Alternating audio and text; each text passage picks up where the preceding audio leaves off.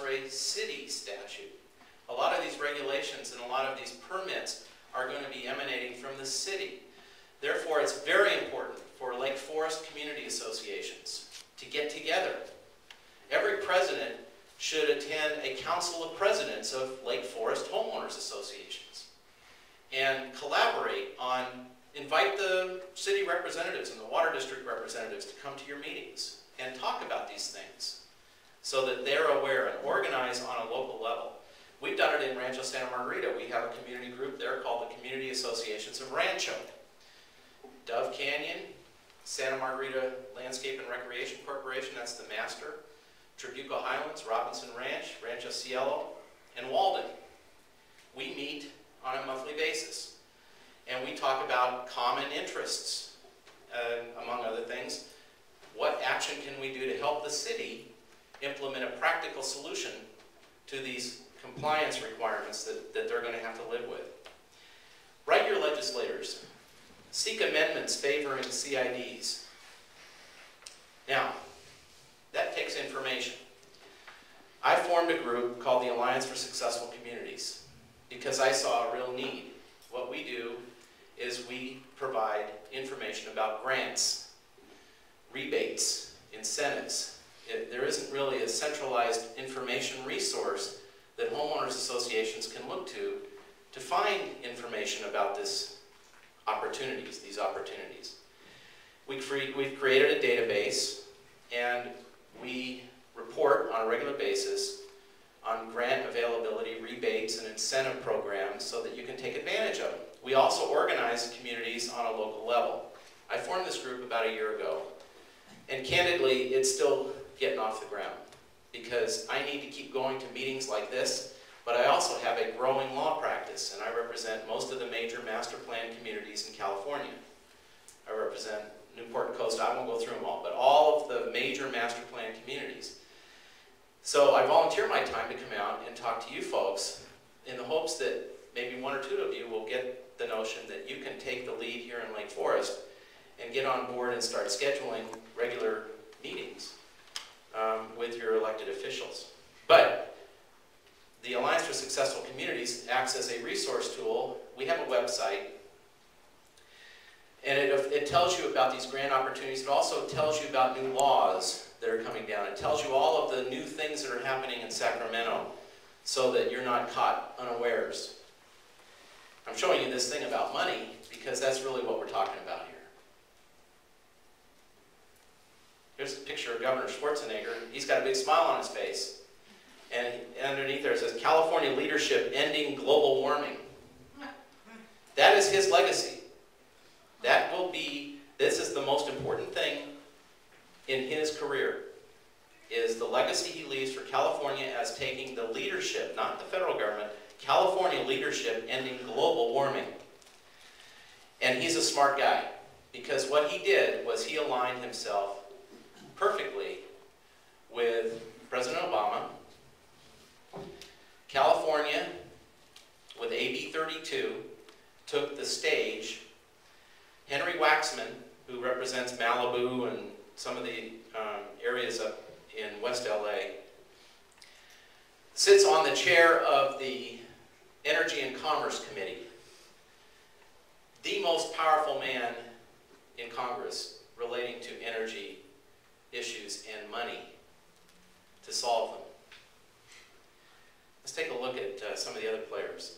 Nancy Sutley, Council of Energy Advisor for the White House. She reports directly to President Obama. Nancy Sutley was Mayor Villagrosa's deputy mayor in charge of energy conservation for the city of Los Angeles.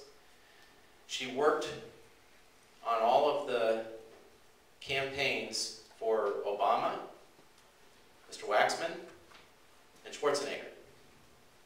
She's now directly advising the president.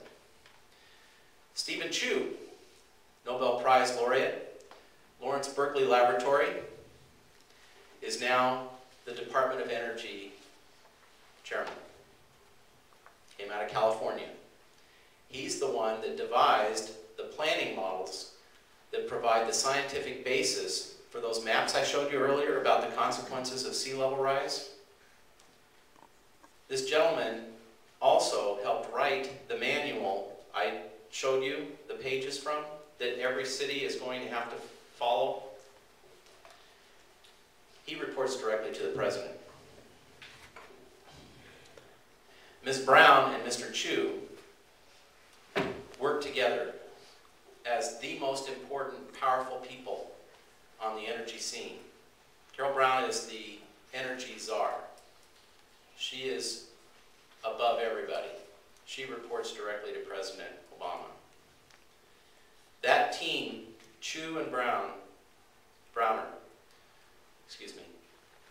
are working for you because they're so closely aligned with California and Arnold Schwarzenegger. Browner worked for Al Gore. She was in charge of his entire program. And if you saw An Inconvenient Truth, you'll find her name all over the place in that movie. And of course, Lisa Jackson, who heads up the Department of EPA here in the United States, comes out of New Jersey, where she implemented a program but was unsuccessful and virtually run out of town, not unlike AB32 for that state. And she's now heading up EPA. All these people are the machinery for money, and they are literally throwing money out of Washington as fast as they can to make Arnold Schwarzenegger and California successful. Now, I mentioned the AB32 CID Advisory Council. We monitor regulations implementing AB32, 1881. We educate the CID industry.